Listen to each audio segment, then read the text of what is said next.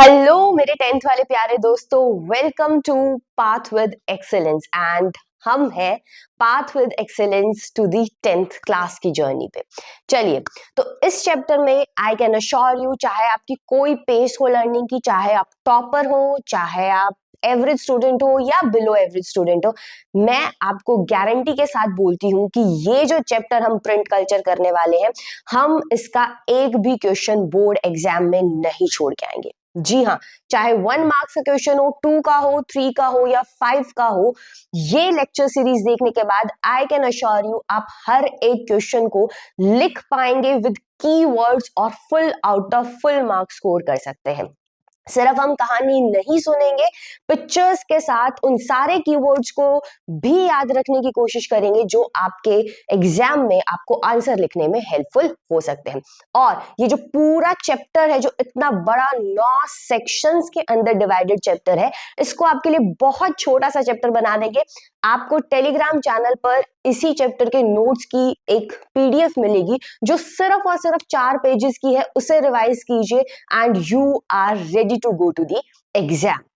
चलिए, अब आप सोच रहे होंगे हम इतने बड़े लेंथी चैप्टर को, वो भी हिस्ट्री के चैप्टर को 4 पेजेस में कैसे समराइज कर सकते हैं और कैसे इसे इतना शॉर्ट बना सकते हैं। तो इसके लिए है स्मार्ट वर्क की जरूरत, और ये स्मार्ट वर्क कराऊंगी मैं आपसे।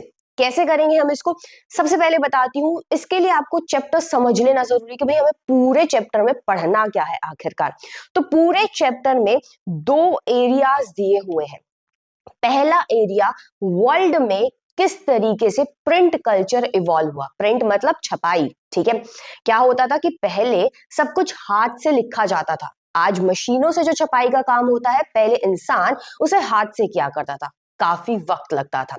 तो कैसे पूरे विश्व में आया और फिर इसका प्रभाव भारत पर, यानी इसका इम्पैक्ट भारत पर क्या होता है और भारत में प्रिंट कैसे आता है, ये 2 चीज है जिसके साथ आपका पूरा चैप्टर डील करता है। तो अगर हम पूरे चैप्टर को बहुत अच्छे से अरेंज कर लेते हैं और कंपैरेटिवली स्टडी कर लेते हैं, तो आप ये देख पाएंगे कि हमारे हाफ एफर्ट्स तो वहीं पे रिड्यूस हो जाते हैं। अब कंपैरेटिव स्टडी का क्या मतलब है, इसे देखते हैं। जैसे कि आपकी बुक का सेक्शन 1 ये बताता है कि आपको फर्स्ट प्रिंटेड बुक्स कहां बनी थी, सबसे पहले कहां आई थी, उसके बारे में पढ़ना है।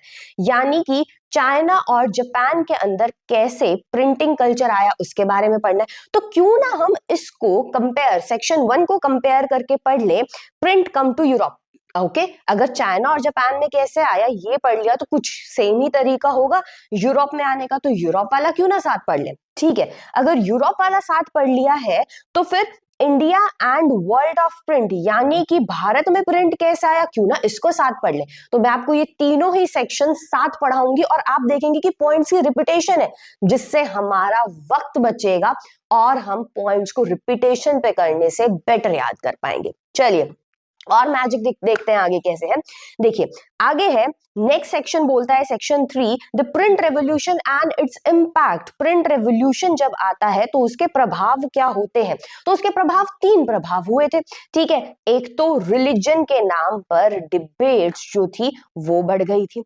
दूसरा, पढ़ने वाली जो पब्लिक है उसका नंबर भी ज्यादा हो गया था।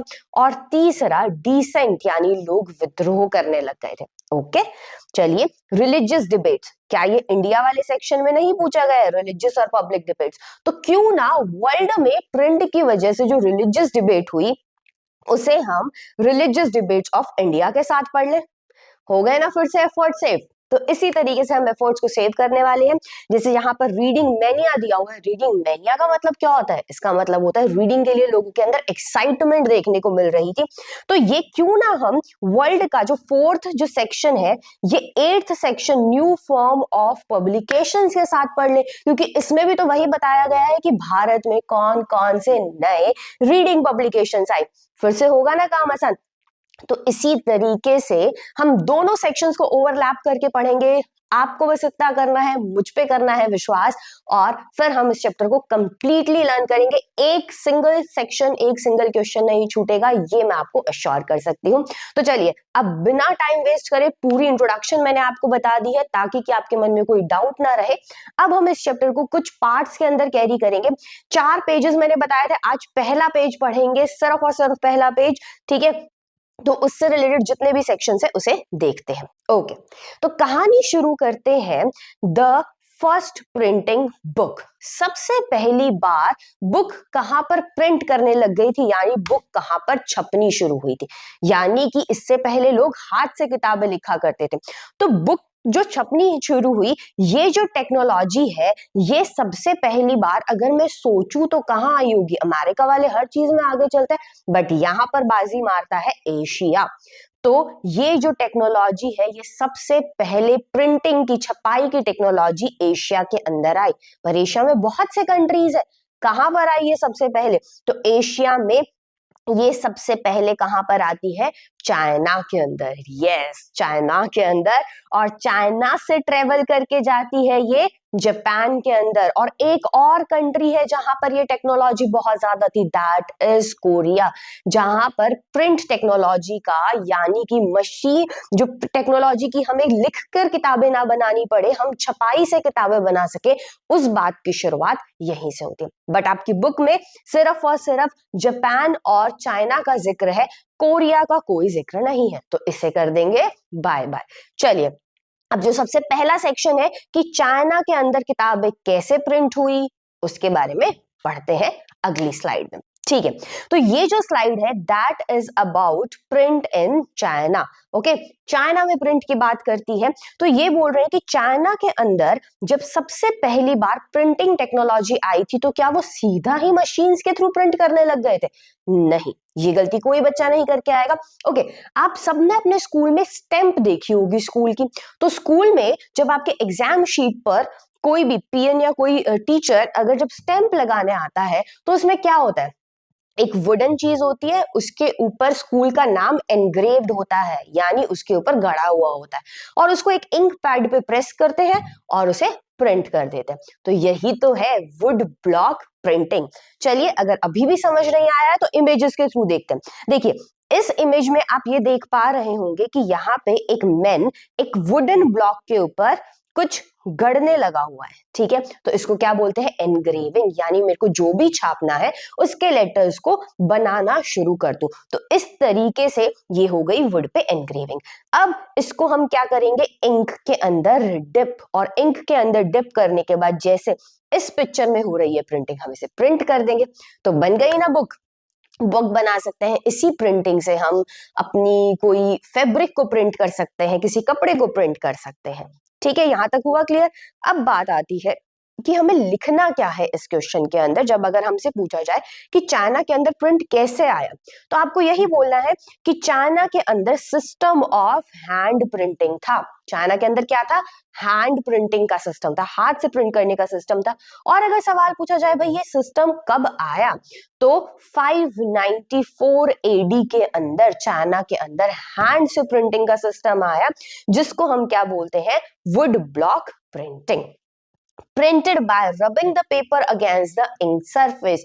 इसमें हम एक पेपर को रब करते हैं इंक्ड सरफेस के अगेंस्ट, और वो इंक किस पे लगी होती है? एक वुड ब्लॉक के ऊपर। Easy to write and easy to learn. Okay, तो चाइना के लोग ऐसे किताबें छापते थे तो उन्हें कोई प्रॉब्लम नहीं होती थी क्या मैम? बिल्कुल होती थी। प्रॉब्लम क्या होती थी? चाइना के अंदर थिन और पोरस शीट्स थी। थिन मतलब बहुत पतली शीट्स, और पोरस मतलब अगर आप एक साइड छाप रहे हो तो दूसरी साइड भी प्रिंट हो जाता है। कई बार आपका पेन इतना, जेल का पेन इतना ज्यादा डार्क होता है कि आप एक साइड लिखते हो दूसरी साइड छप जाता है। बिल्कुल उस टाइम पे पोरस क्या होते थे? पेजेस होते थे। तो इस वजह से आप दोनों साइड प्रिंटिंग नहीं कर सकते थे, सिर्फ एक ही साइड आप प्रिंटिंग कर सकते हो। इस वजह से चाइनीज किताबों में एक ही तरफ छपा हुआ होता था। तो अगर एक ही तरफ छपा हुआ है तो लेट अस सपोज ये एक पेज है, तो दूसरे पेज को क्या कर दिया जाता था? उससे जोड़ दिया जाता था। इसे हम ऐसे समझ सकते हैं, गिव मी अ टाइम। मान लीजिए ये दो पेजेस है, ठीक है, लेट अस सपोज ये दो पेजेस है, इन दोनों पेजेस में हम एक ही साइड प्रिंट कर सकते हैं, और जैसा कि ये प्रिंट हो रखा है। ओके, अब दूसरी साइड हम इसे प्रिंट नहीं कर सकते, बिकॉज अगर आपने दूसरी साइड प्रिंट किया तो वो छप जाएगा। तो हम क्या करते थे? इन दोनों पेजेस को यहां से स्टिच कर देते थे। ओके, तो अगर हमने इन दोनों पेजेस को यहां से स्टिच कर दिया तो इस तरीके से एक फोल्डिंग वाली बुक बन जाती थी। ठीक है, होपफुली आपको समझ आया होगा। इस तरीके से एक फोल्डिंग वाली बुक बन जाती थी, और ऐसे एक फोल्ड हो जाएगा, ठीक है, एक फोल्डिंग हो गई, उसके बाद सिमिलरली इधर से हमने इसको लगाया तो दूसरी फोल्डिंग हो गई। इस तरीके से बहुत इस ऐसा एक फोल्डिंग वाली बुक बन जाती थी, और इस बुक को क्या बोलते थे? इस बुक को बोलते थे अकॉर्डियन बुक। ठीक है, इसे क्या बोलते थे? Accordion book. ठीक है, और ये चाइना में ट्रेडिशनल बुक्स हुआ करती थी। तो यही बोला है, थिन पोरस शीट होती थी। ओके, उसके बाद not printed on the both side, आप दोनों साइड प्रिंट नहीं कर सकते हो। Traditional Chinese accordion book folded and stitched at the side. Traditional जो अकॉर्डियन बुक्स थी वो फोल्ड होती थी और एक साइड पे वो क्या होती थी? स्टिच्ड होती थी। ओके, अब ऐसी किताबों में लिखने का काम, जहाँ पे हैंड वुड ब्लॉक प्रिंटिंग हो रही है, तो वुड पे भी तो कोई ना कोई लिखेगा ना, उसकी राइटिंग अच्छी होनी चाहिए। तो जो राइटिंग की स्किल होती है उसको हम क्या बोलते हैं? कैलीग्राफी। उसको क्या बोला जाता है?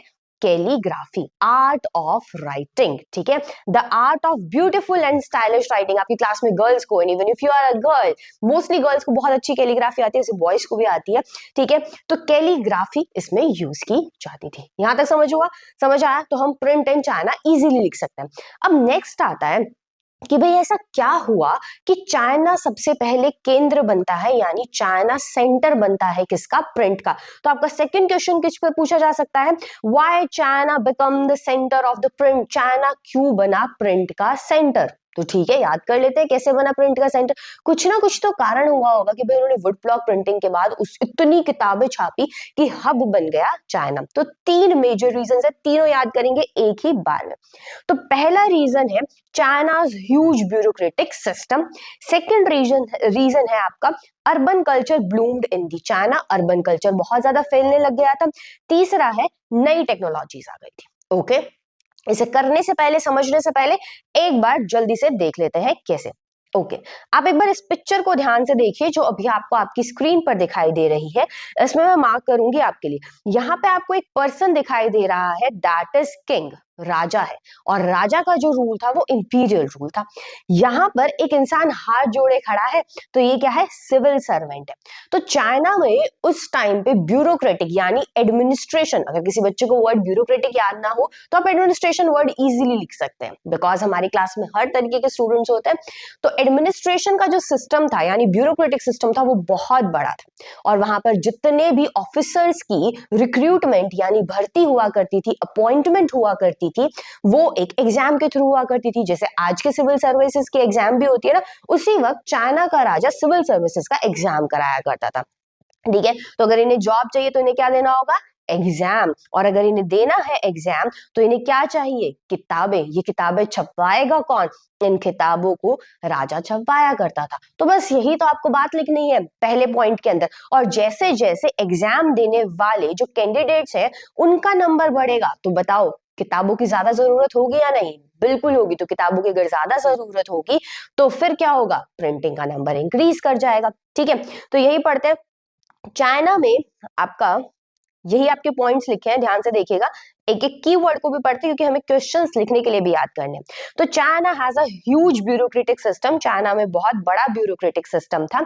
Recruitment through the civil services examination, और ये ब्यूरोक्रेटिक सिस्टम जो पूरे एडमिनिस्ट्रेशन के ऑफिसर्स थे, इन्हें सिविल सर्विस एग्जाम के थ्रू रिक्रूट यानी भर्ती किया जाता था, अपॉइंट किया जाता था। ये वर्ड भी लिख सकते हैं। टेक्स्ट बुक चाहिए थी एग्जाम के लिए जो बहुत लार्ज नंबर में प्रिंट होती थी, और इस प्रिंट को स्पॉन्सर करते थे, यानी ये जो प्रिंटिंग का काम है वो इंपीरियल स्टेट राजा कराया करता था। और 16th सेंचुरी में नंबर ऑफ कैंडिडेट यानी ये एग्जाम देने वाले कैंडिडेट्स का नंबर बढ़ जाता है तो प्रिंट बढ़ जाता है, और प्रिंट बढ़ेगा तो चाइना बनेगा ना प्रिंटिंग हब। ठीक है, तो क्या इकलौता यही कारण था? नहीं, दूसरा और कारण था। Urban culture bloomed in China, मतलब कि शहरी लोग ज्यादा अर्बन कल्चर, आजकल आप देखते हो ना हर किताब में, आप इंस्टा की रील्स में देखते हो कि भाई एक इंसान को किताबें पढ़नी चाहिए, शाम को एटलीस्ट दिन में 4 पेज पढ़ो, 5 पेज पढ़ो, 10 पढ़ो। और ये मोस्टली शहरों के जो लोग होते हैं, मोस्टली उन लोगों ने ये कल्चर स्प्रेड करा है रीडिंग का। तो ऐसा ही एक रीडिंग का कल्चर चाइना में भी स्प्रेड हो गया था। पहले क्या होता था, किताबें प्रिंट होती थी तो वो सिर्फ और सिर्फ स्कॉलर ऑफिशियल्स यानी कि जो बड़े ऑफिसर्स हैं, स्कॉलर्स हैं, अच्छे हैं अपनी फील्ड में, सिर्फ वही उन किताबों को पढ़ा करते थे। लेकिन अब आम इंसान भी चाइना में किताबों को पढ़ने लग गया था। अब कौन कौन है वो आम इंसान? सबसे पहला एग्जांपल आप लिख सकते हैं किसका, मर्चेंट्स का। मर्चेंट का मतलब होता है ट्रेडर, मर्चेंट का मतलब क्या होता है, ट्रेडर। तो ट्रेडर्स को किताबों का क्या काम है, पन्नी किताबों का क्या काम है, उन्हें भी किताबों का काम है, बिकॉज उन्हें जो भी ट्रेड से रिलेटेड यानी जो भी व्यापार से रिलेटेड इंफॉर्मेशन होती थी उसे कलेक्ट करना होता था और उसे लिखना होता था, तो उनकी जरूरत बढ़ी। दूसरा, reading become a leisure activity, यानी कि लोगों को मजा आने लग गया। अब टाइम पास, लेजर क्या होता है, टाइम पास करने का जो साधन था, अब लोग पढ़ के टाइम पास करते थे। आई नो आप लोगों को पढ़ना कम अच्छा लगता है, बट उस टाइम पे लोग पढ़ के टाइम पास करते थे, ठीक है। और जो नए रीडर्स आए, अब वो क्या पढ़ते थे, ऑब्वियसली वो कोई साइंस में इतना इंटरेस्टेड नहीं होंगे, वो फिक्शनल नैरेटिव्स यानी कि काल्पनिक कहानियां, पोएट्री, ऑटोबायोग्राफीज, इनको पढ़ने में बहुत इंटरेस्ट लेते थे। क्या सभी महिलाएं भी पढ़ने लग गई थी मैम, नहीं, उस टाइम पे सिर्फ जो रिच वुमेन थी वही पढ़ा करती थी, ठीक है। और वुमेन सिर्फ पढ़ती पढ़ती नहीं थी, अपनी किताबों को पब्लिश भी करवाती थी, छपवाती भी थी चाइना में।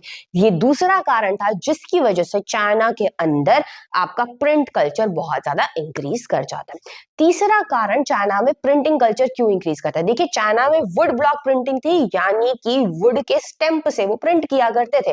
तो अब क्या होगा, अगर वहां मशीन आ जाए तो बहुत स्पीड से नहीं काम होना शुरू हो जाएगा, बिल्कुल होगा। तो चाइना में यही एक प्रिंटिंग की मैकेनिकल यानी मशीन चलने वाली प्रिंटिंग की टेक्नोलॉजी आ गई थी।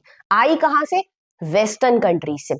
और वो प्रिंटिंग टेक्नोलॉजी को सबसे पहले स्थापित कहाँ करते हैं, शंघाई के अंदर। शंघाई क्या है, चाइना में एक जगह का नाम है, सिटी का नाम है। तो शंघाई में सबसे पहले वो मैकेनिकल प्रेस आती है और इस वजह से शंघाई चाइना का नया प्रिंटिंग हब बन जाता है। हो गए ना तीनों पॉइंट्स याद। चलिए नेक्स्ट क्वेश्चन की तरफ मूव करते हैं। अब प्रिंट कहां जाएगा, प्रिंट जाएगा अब जापान के अंदर, ठीक है।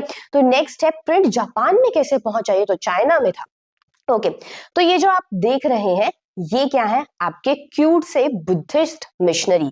अब ये बुद्धिस्ट मिशनरी क्या होता है, बुद्धिस्ट तो आपको पता चल गया एक धर्म है, मिशनरी मतलब ऐसे लोग जो अपने धर्म का प्रचार करने निकले हैं, ठीक है। तो ये बुद्धिस्ट मिशनरी है, ये चाइना से बिलोंग करते हैं और ये क्या करते हैं, ये जापान चले जाते हैं, ठीक है। तो जब आप एक जगह से दूसरी जगह जाते हो तो अपनी जगह की कोई चीजें लेके जाते हो। तो ये चाइना में तो उस टाइम पे वुड ब्लॉक प्रिंटिंग थी, तो ये क्या करते हैं, अपने साथ जापान भी ये वुड ब्लॉक प्रिंटिंग लेके चले जाते हैं। तो ये बुद्धिस्ट मिशनरी जो आप देख रहे हैं ये चाइना के थे और ये कहाँ चले जाते हैं, जापान चले जाते हैं और अपने साथ साथ ये वुड ब्लॉक प्रिंटिंग की, हैंड प्रिंटिंग की टेक्नोलॉजी को लेके चले जाते हैं। यानी कि वुड ब्लॉक प्रिंटिंग सबसे पहले कहाँ आई, चाइना में 500 एडीज के अंदर।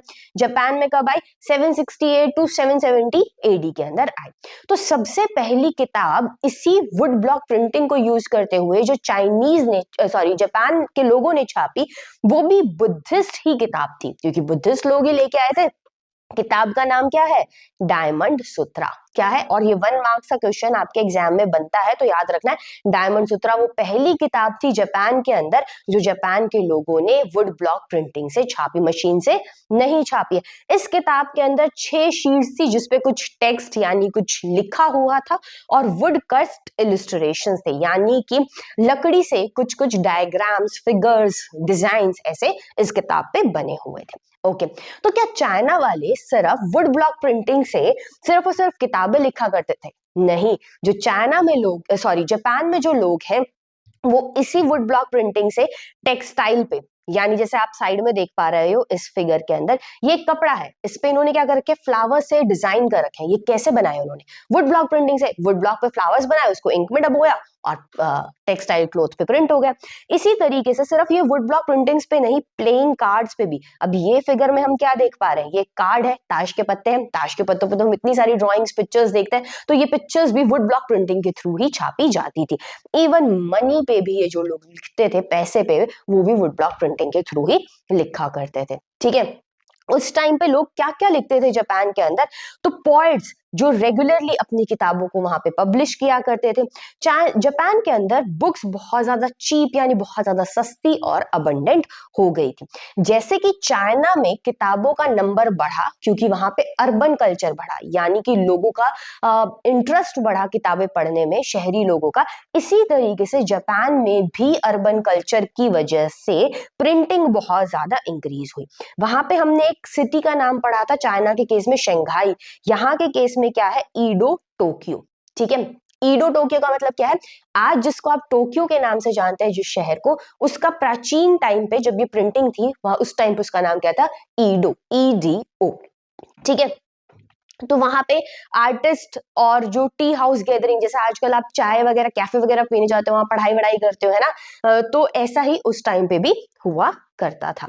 ठीक है, इसके अलावा है किटागावा उटामारो। ठीक है, किटागावा उटामारो ये एक पर्सन का नाम है। ठीक है, चाइनीज जापानीज पर्सन का नाम है तो थोड़ा डिफिकल्ट है। इन्होंने एक आर्ट फॉर्म डेवलप करी थी जिसका नाम क्या है, उकियो। क्या नाम है, उकियो। ये उकियो आर्ट क्या करती थी, जो आपके रोजमर्रा के जो भी जीवन में एक्सपीरियंस हो रहे हैं उन्हीं सारे ह्यूमन एक्सपीरियंस को दिखाने का काम किया करती थी। ठीक है, तो हम लिख सकते हैं इजीली, जापान के अंदर अगर आपको आता है क्वेश्चन आता है, right a note on the print in Japan, तो लिख लो बुद्धिस्ट मिशनरीज इसको लेके आए थे, इस टाइम पे लेके आए थे। सबसे पहली किताब डायमंड सूत्रा छापी गई। ठीक है, ये लोग ये जो प्रिंटिंग का काम करते थे, क्लोथ्स पे भी करते थे, प्लेइंग कार्ड्स पे भी करते थे, मनी पे भी करते थे। ठीक है, यहाँ पे बहुत सस्ती किताबें मिला करती थी। यहाँ पे भी एक सेंटर था टोक्यो जिसका पहले नाम ईडो होता था, जहाँ पे बहुत सारी किताबें छपती थी क्योंकि अर्बन कल्चर था।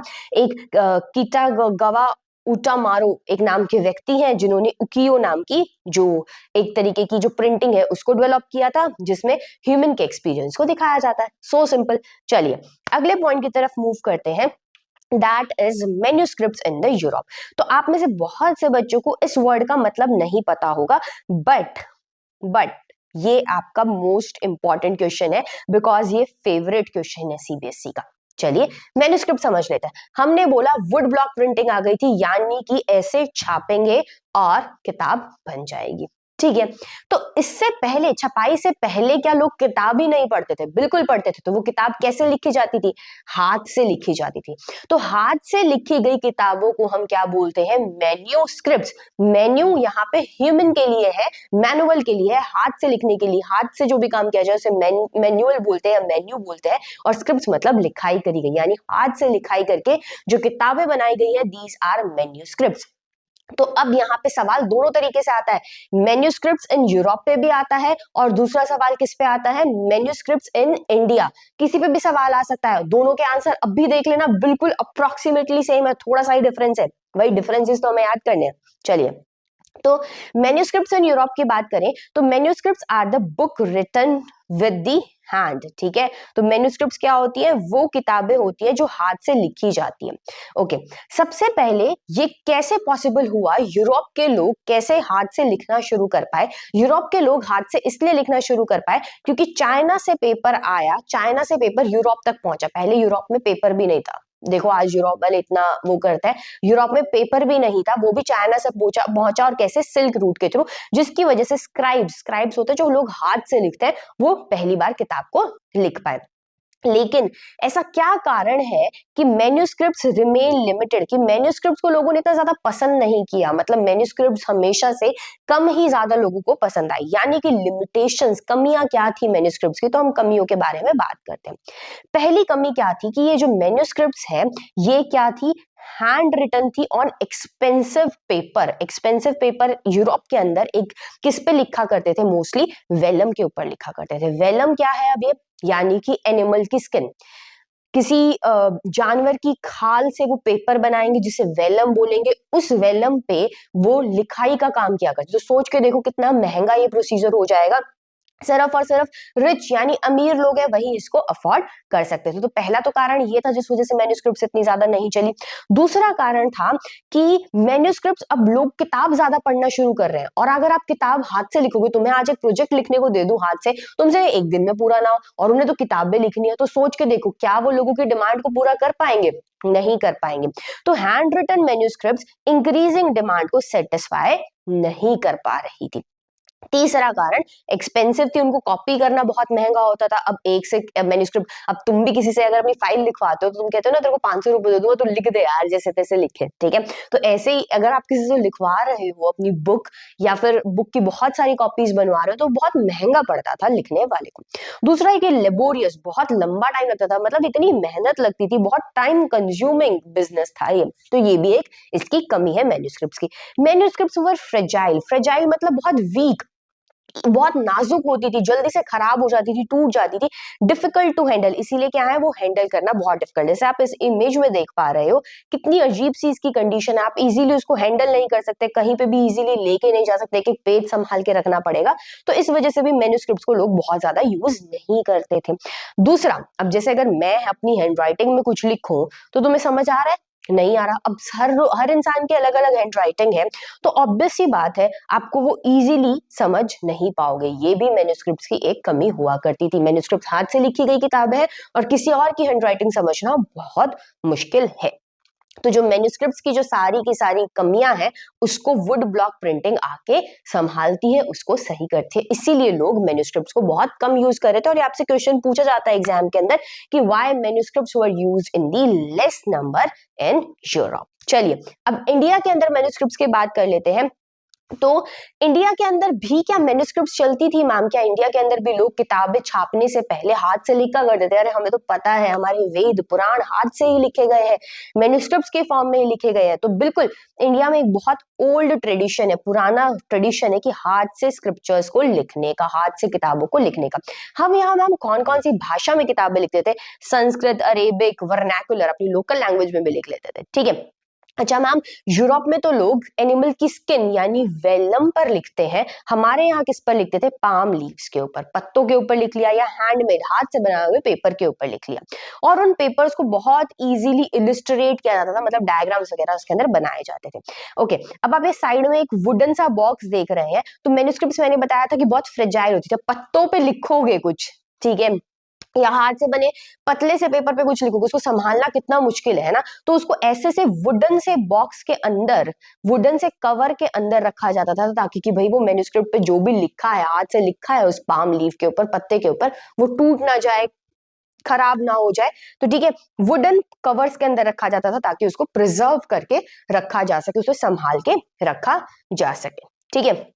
मैन्युस्क्रिप्ट्स बहुत ज्यादा एक्सपेंसिव हो। अब देखो ये जितनी भी लिमिटेशंस है, अब भारत में भी जो मैन्युस्क्रिप्ट थी उसकी कुछ लिमिटेशंस, उसकी कमियां होंगी या नहीं? बिल्कुल, ये जितनी भी है वो क्या है? आपकी लिमिटेशन। तो चाहे भारत की मैन्युस्क्रिप्ट की लिमिटेशन पूछे, चाहे यूरोप की पूछे, चाहे इन जर्नल पूछे, आप इजीली लिख सकते हो। डिफरेंस बस इतना ही है कि यहाँ पे पाम लीव्स और हैंडमेड पेपर पे थी, वहां पे किस पे लिखी जाती थी? वेलम पे। देखना अब सेम सेम इसकी वो है, इसलिए मैंने समझाऊंगी नहीं, हम जल्दी से गो थ्रू होंगे। इनमें लिमिटेशन क्या है? बहुत ज्यादा महंगी हुआ करती थी। लिमिटेशन क्या है? हाईली एक्सपेंसिव, बहुत ज्यादा महंगी हुआ करती थी, ठीक है। इंक्रीजिंग जो डिमांड है उसको सेटिस्फाई नहीं कर पा रही थी, कॉपी करना इन्हें बहुत मुश्किल था, बहुत टाइम कंज्यूम करती थी, फ्रेजाइल होती थी, बहुत नाजुक सी होती है, ठीक है। इसको आप इजीली आसानी से पढ़ नहीं सकते क्योंकि लोगों के डिफरेंट डिफरेंट हैंडराइटिंग के अंदर लिखी गई है, ठीक है। ओके, एक एडिशनल पॉइंट है भारत के अंदर, दैट इज दिस वन। ये क्या बोलता है? बंगाल में प्री कॉलोनियल यानी ब्रिटिश के आने से पहले गांव में बहुत सारे प्राइमरी स्कूल हुआ करते थे। वहां पे आपको विश्वास नहीं होगा, आज आप सारी चीजों के लिए किताबों को यूज करते हो, है ना। आप हर चीज के लिए आजकल किताब से पढ़ते हो, ओके एनसीईआरटी में ये लिखा है वो लिखा है। उस टाइम पे लोग किताबों से नहीं पढ़ते थे। उस टाइम बच्चे क्या करा करते थे? गुरुजी ने बोल दिया, ठीक है, उनके टीचर ने बोल दिया, वो उसको लिखेंगे। यानी उनके पास उस टाइम पे बुक्स नहीं हुआ करती थी। बुक्स क्यों नहीं होती थी? ना वुड ब्लॉक प्रिंटिंग थी, ना प्रिंटिंग की मशीन है। अब गुरुजी कितनों के लिए किताबें लिखेंगे, ठीक है। तो उस टाइम ओरली ही बच्चे लर्न किया करते थे, खुद से जो टीचर ने बताया उसे लिख के। उन्हें लिखना आता था बट उनके पास किताबें नहीं होती थी। चलिए अब हम बात करेंगे दो मोस्ट इंटरेस्टिंग स्टोरीज की, ठीक है। हमने ये बात कर लिया इस वीडियो के अंदर प्रिंट चाइना में कैसे आया, प्रिंट जापान के अंदर कैसे आया। अब हम बात करेंगे प्रिंट यूरोप के अंदर कैसे आता है और प्रिंट भारत के अंदर कैसे आता है। दो मोस्ट इंपॉर्टेंट लोगों का इसमें हाथ है, उन दोनों की ही स्टोरी देखेंगे। तो क्वेश्चन क्या बनेगा? How print came to the Europe, print Europe में कैसे आता है? उसके पैर तो नहीं लगे हुए। ओके, इसको देखने के लिए आपको क्या देखने की जरूरत है? ये जो डायग्राम आपको दिखा रखा है, आपको इस पे फोकस करने की जरूरत है, बाद में सारा कुछ समझेंगे, ठीक है। अब इस डायग्राम में यहाँ पे वर्ड लिखा है सिल्क रूट, ठीक है। क्या वर्ड लिखा है? सिल्क रूट, रेशमी रूट। मतलब आपने पढ़ा होगा पहले भी, सिल्क रूट क्या होता है? ऐसा रास्ता जिससे बहुत ज्यादा स्पाइसेस, बहुत सारे मसाले, कपड़ा, कपड़ा मोस्टली सिल्क का ट्रेड किया जाता था। तो ये रूट बहुत लैंड के थ्रू भी जाता था और आपके सी के थ्रू भी जाता था। तो सिल्क रूट किस किस के बीच में है? चाइना और यूरोप के बीच में है। ठीक है। अब जो ये यहाँ पे भाई साहब खड़े हैं, ये पर्सन खड़ा है, इसका नाम क्या है? Marco Polo. अब इन व्यक्ति का नाम हमें याद करना है, नाम क्या है? Marco Polo. अब इनके हाथ में एक मैप सा है। मैप कौन रखता है? एक्सप्लोरर। तो मार्को पोलो एक्सप्लोरर था। एक्सप्लोरर मतलब उसको नई नई जगहों को एक्सप्लोर करने का, घूमने का बड़ा शौक था। तो ये भाई साहब कहाँ से होते हैं? ये है इटली के रहने वाले। कहाँ के रहने वाले हैं? इटली के रहने वाले। तो ये इटली से कहाँ चले जाते हैं? चाइना चले जाते हैं घूमने। एक्सप्लोरर थे तो घूमने चले जाते हैं।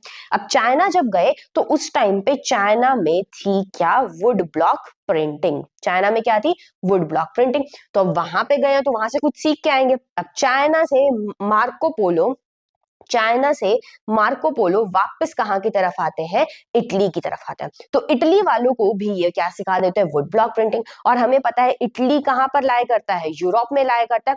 धीरे धीरे इटली से ये जो वुड ब्लॉक प्रिंटिंग की टेक्नोलॉजी है पूरे यूरोप में फैलना शुरू कर जाती है, क्योंकि हमें पता है वुड ब्लॉक प्रिंटिंग सबसे पहले चाइना में आई, चाइना से गई जापान, और फिर ये यूरोप तक कैसे पहुंचती है? यूरोप तक इसे पहुंचाने वाले थे मार्को पोलो, क्योंकि इन्हें था दुनिया घूमने का शौक। इटली से ये निकले थे घूमने कहाँ के लिए? चाइना। चाइना से वापस लौटते वक्त ये वुड ब्लॉक प्रिंटिंग को अपने साथ ले आते हैं इटली के अंदर, और इटली से फिर ये फैल जाती है पूरे के पूरे यूरोप में। यही बात हमें पढ़नी है। जल्दी से टेक्स्ट के थ्रू भी पढ़ लेते हैं, ठीक है। तो हमने क्या बोला? इन्होंने कौन सा रूट यूज किया था? सिल्क रूट यूज किया था। सिल्क रूट कहां से कहां है? चाइना से यूरोप के अंदर है। ये किस लिए इस्तेमाल होता है? ट्रेड के लिए, सिल्क के ट्रेड के लिए और स्पाइसेस के लिए। इसी रूट से चाइनीज पेपर, पहले यूरोप में पेपर भी नहीं हुआ करता था। वैसे तो बहुत अपने बारे में कुछ कुछ बोलते हैं ब्रिटिशर्स, ठीक है। तो यूरोप में पेपर भी नहीं हुआ करता था। चाइना से यूरोप में पहुंचता है पेपर। पेपर से क्या हुई? मैन्युस्क्रिप्ट्स लिखना पॉसिबल हुआ, हाथ से किताबें लिखना पॉसिबल हुआ। लेकिन 1925, ये डेट आप याद रखेंगे, 1925 में मार्को पोलो जो एक एक्सप्लोरर थे, विश्व घूमने निकले थे, वो इटली से चाइना की तरफ जाते हैं और वापस अपने साथ वुड ब्लॉक प्रिंटिंग को इटली से लेके आते हैं, ठीक है। फ्रॉम इटली द टेक्नोलॉजी, और इटली से ये टेक्नोलॉजी वो यूरोप के अलग अलग पार्ट्स में स्प्रेड हो जाती है। 15th सेंचुरी के अराउंड वुड ब्लॉक प्रिंटिंग को यूज किया जाने लग गया यूरोप के अंदर। कपड़ों के ऊपर यूज किया जाने लगा, टेक्सटाइल के ऊपर, कार्ड्स के ऊपर, रिलीजियस पिक्चर्स के ऊपर भी इसे यूज किया जाने लगा। और इससे क्या हो जाता है कि भाई पहले लोग किताब हाथ से लिख रहे हैं, अब इजीली वुड ब्लॉक से प्रिंट कर पा रहे हैं, तो थोड़ी सी तो स्पीड इंक्रीज होगी। आई नो बहुत ज्यादा नहीं होगी, बट थोड़ी सी स्पीड इंक्रीज होगी। तो इसकी वजह से इकोनॉमी पे, वहां के अर्थशास्त्र पे, वहां के पैसों पर क्या इंपैक्ट पड़ता है? ये इंपैक्ट पड़ता है कि अब जो मर्चेंट्स और स्टूडेंट्स हैं, यानी ट्रेडर्स हैं और जो स्टूडेंट्स हैं, वो चीप किताबें खरीद सकते हैं, सस्ती किताबें खरीद सकते हैं, क्योंकि जब किताबों का नंबर ज्यादा बढ़ेगा तो किताबें ऑब्वियसली सस्ती हो जाएंगी, ठीक है। अब जो बुक सेलर थे वो अब अपनी अपनी जगह किताबें नहीं बेचते थे, उन्हें एक्सपोर्ट करने लग गए थे, दूसरे देशों में भेजने लग गए थे, ठीक है, क्योंकि उनकी अब बुक ज्यादा नंबर में छपने लग गई थी। इवन वो बुक फेयर्स भी लगाने लगे थे, यानी मेले लगाने लग गए थे बुक फेयर्स में, आओ बुक्स लेकर जाओ, है ना, डिफरेंट डिफरेंट जगहों पर, ठीक है। और इसी के साथ साथ जो हाथ से किताब लिखते थे, उन जो स्क्राइबर्स हैं उनकी भी डिमांड को वो ज्यादा इंक्रीज करने लगे। अब वो बुक सेलर्स अपने पास उन स्क्राइब्स को जो हाथ से किताब लिखते हैं उनको बिठाने लगे। इवन एक दुकानदार के पास, एक किताब बेचने वाले के पास, एक बुक सेलर के पास अप्रोक्सीमेटली 50 स्क्राइब्स बैठे होते थे, 50 ऐसे लोग जो किताब लिख रहे हैं। देखो कितनी ह्यूज लेवल में वो एम्प्लॉयमेंट क्रिएट कर रहा है। तो अगर आपसे क्वेश्चन पूछा जाता है इकोनॉमिक इम्पैक्ट्स क्या थे किताब का, जो अमाउंट इंक्रीज हुआ है उसके, तो आप ये लिख सकते हैं। चलिए, last point of our today's video. उसके बाद इस चैप्टर को नेक्स्ट वीडियो में कवर करेंगे। यहां तक हम बहुत सारा आपका चैप्टर जो है वो कवर कर चुके हैं, बिल्कुल एक पेज कवर हो गया है। चलिए, print come to the India. अब इंडिया में प्रिंट कैसे आता है वो देखते हैं। तो इंडिया में प्रिंट लेके आए, अब इसके लिए देखेंगे इस पिक्चर को आराम से। यहां पर एक मार्क किया हुआ है पोर्टुगल, ठीक है। क्या मार्क किया हुआ है? पोर्टुगल। पोर्टुगल कहाँ है? ये है आपका यूरोप। यूरोप में इधर की तरफ है पोर्टुगल नाम का एक कंट्री। इस पोर्टुगल की कंट्री से ये है आपके वास्को डिगामा। चलो, ये नाम तो आपको याद नहीं रखना। वास्को डिगामा, पोर्टुगल के लोग सबसे पहली बार एज अ पोर्टुगल मिशनरी सी के रास्ते से भारत में पहुंचते। ये है हमारा प्यारा भारत, इंडिया। इंडिया में कहाँ पहुंचे? Party, place of party, Goa, ठीक है। कहाँ पहुंचते हैं ये? गोवा में। गोवा के राजा जी बैठे हैं, ये पोर्टुगीज से लोग आए। तो हमें पता है पहले प्रिंटिंग कहाँ पहुंच गई थी, इटली के अंदर पहुंच गई थी, इटली से पूरे यूरोप में पहुंच गई, पूरे यूरोप से कहाँ पहुंच गई होगी, पोर्टुगल में पहुंची होगी, और पोर्टुगल वाले इसको कहाँ ले आए, भारत में ले आए। आ गई ना प्रिंटिंग भारत में। तो प्रिंटिंग देखो चाइना से भारत नहीं आई है, चाइना इवन हमारे पास है तो भी चाइना से भारत नहीं आई है, पोर्टुगल के लोग प्रिंटिंग को भारत में लेके आए हैं। ठीक है, चलिए। लेकिन हमारे यहाँ पे जो प्रिंटिंग आई है वो कौन सी तरीके की प्रिंटिंग आई है, हमारे यहाँ पे आई है प्रिंटिंग मशीन वाली प्रिंटिंग आई है, हमारे यहाँ वुड ब्लॉक वाली नहीं थी। ठीक है, तो हमारे यहाँ पर जो फर्स्ट प्रिंटिंग प्रेस है वो गोवा के अंदर स्थापित हुई, जिसको कौन लेके आए थे, पोर्टुगीज मिशनरी लेके आए थे मिड 16th सेंचुरी के अंदर, यानी 1550 के आसपास ये लेके आए थे। अब इसी वजह से बहुत, अगर आपको नोट आता है कि आप नोट लिखिए कि प्रिंट कम टू इंडिया के ऊपर नोट आता है, या ये बोलते हैं कि भाई भारत में जब प्रिंट आया तो उससे बहुत सारी किताबें छपी, उस पर आप ये पॉइंट्स लिख सकते हैं। ये सारे फैक्चुअल पॉइंट आपको याद करने पड़ेंगे। ठीक है, देखो जो पृष्ठ थे वो इसी वजह से, क्योंकि यहाँ पे प्रिंटिंग आई तो कोंकणी और कन्नड़ जो लोकल भाषा है उसके अंदर अप्रोक्सीमेटली 50 ट्रैक्स 50 किताबें छाप देते हैं, किसके अंदर, 1967 के अंदर। कैथोलिक पृष्ठ जो क्रिश्चियंस के ही पृष्ठ होते हैं, उन्होंने सबसे पहली तामिल किताब छापी, वो कहाँ छापी, कोचिन के अंदर। कोचिन कहाँ है आपका, केरला के अंदर। इसी कैथोलिक पृष्ठ ने पहली मलयालम किताब भी छापी थी। ठीक है, यहाँ पे नाम नहीं दे रखा है। डच के जो लोग थे उन्होंने भी बहुत सारी तामिल की किताबें छापी। लेकिन जो ध्यान देने वाली बात है कि ये सारे के सारे लोग अंग्रेजी थे, ब्रिटिशर्स नहीं थे तो अंग्रेजी थे। लेकिन इन्होंने सारी की सारी शुरुआत में जो किताबें छापी हैं वो लोकल भाषाओं में छापी हैं, चाहे वो कोंकण कन्नड़ हो, तमिल हो, मलयालम हो, लोकल भाषाओं में छापी है, तामिल टेक्स्ट है। इंग्लिश जो प्रेस है, यानी जो इंग्लिश भाषा की जो प्रेस है वो 17th सेंचुरी यानी 1600 तक भारत के अंदर डेवलप नहीं हुई थी। 1600 तक ब्रिटिशर्स नहीं आए थे तो तब तक डेवलप नहीं हुई थी। सबसे पहली इंग्लिश की जो प्रेस है जो भारत में डेवलप होती है वो कौन सी डेवलप होगी, उसका नाम आपको देखना है, जेम्स ऑगस्टस हिकी, एक अंग्रेज थे। ये सबसे पहली किताब को छापते हैं, एक मैगजीन, किताब नहीं है ध्यान रखना है, एक वीकली मैगजीन है, यानी हर वीकेंड पे जो मैगजीन आती है जिसका नाम क्या है, बंगाल गैजेट। नाम किस पे रखा है, हिंदुस्तानी नाम रखा है, बंगाल गैजेट। इंसान कौन है, जेम्स ऑगस्टस हिकी, बाहर का रहने वाला है, 1780s में। अब ये अपनी किताब में लिखता क्या था, अपनी मैगजीन के अंदर क्या लिखता था, सबसे पहली बार इसने इंग्लिश में प्रिंटिंग स्टार्ट करी थी, तो ये अपनी किताब के अंदर कुछ एक चीजें लिखा करता था, वो आपको पता होनी चाहिए। और ये एमसीक्यू भी बहुत स्ट्रॉन्ग एमसीक्यू बनता है। ठीक है, एडवर्टाइजमेंट्स होती थी उसकी किताब, उसकी मैगजीन के अंदर। Sales and import of slaves, कैसे जो स्लेव्स है, गुलाम है, उनका सेल हो रहा है, उनका ट्रेड हो रहा है। कंपनी के सीनियर ऑफिसर्स के बारे में जूल फिजूल बहुत लिख देता था ये बंदा। और इसी वजह से जो गवर्नर जनरल वॉरेन हेस्टिंग है, ठीक है, वॉन हेस्टिंग, वो ये भी बोलने लग गया था, भाई इसकी जो किताबें हैं इसको थोड़ा सा बंद कर, इसकी मैगजीन को बंद कराओ और अपनी ब्रिटिशर्स के जो न्यूज़पेपर है उनको चलाओ, अदरवाइज ये तो ब्रिटिशर्स का नाम बदनाम कर देगा। ठीक है, तो ये अंग्रेज होके भी जेम्स ऑगस्टस हिकी अगेंस्ट लिखता था ब्रिटिशर्स के। ठीक है, इसके बाद हम बात करेंगे इंडिया में भी सबसे पहली बार न्यूज़पेपर, वीकली न्यूज़पेपर, जो इंडिया में भी जो आपका वीकली न्यूज़पेपर छपने लग गया। अब मैगजीन की बात नहीं कर रही मैं, इसको बहुत ध्यान से पढ़ना है। वीकली न्यूज़पेपर छपने लग गया, उसका नाम क्या था, बंगाल गैजेट। क्या नाम है, बंगाल गैजेट। देखिए जेम्स ऑगस्टस हिकी ने जो वीकली मैगजीन बनाई थी उसका नाम भी बंगाल गैजेट था, और जो पहला भारत में वीकली अखबार छपा उसका नाम भी बंगाल गैजेट था। लेकिन इसको छापने वाले कौन थे, गंगाधर भट्टाचार्य, यानी एक हिंदुस्तानी थे। ठीक है, होपफुली आपको ये यहाँ तक कैसे प्रिंट देश के अलग मतलब विश्व के अलग अलग कंट्रीज में कैसे जाता है, चाइना से कैसे ओरिजिनेट होता है, उस सब पे हमने बात करी।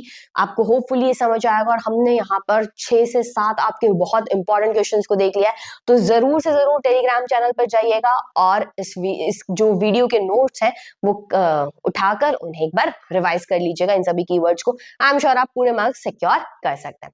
Thank you for being cooperative, stay healthy and keep learning. Bye bye.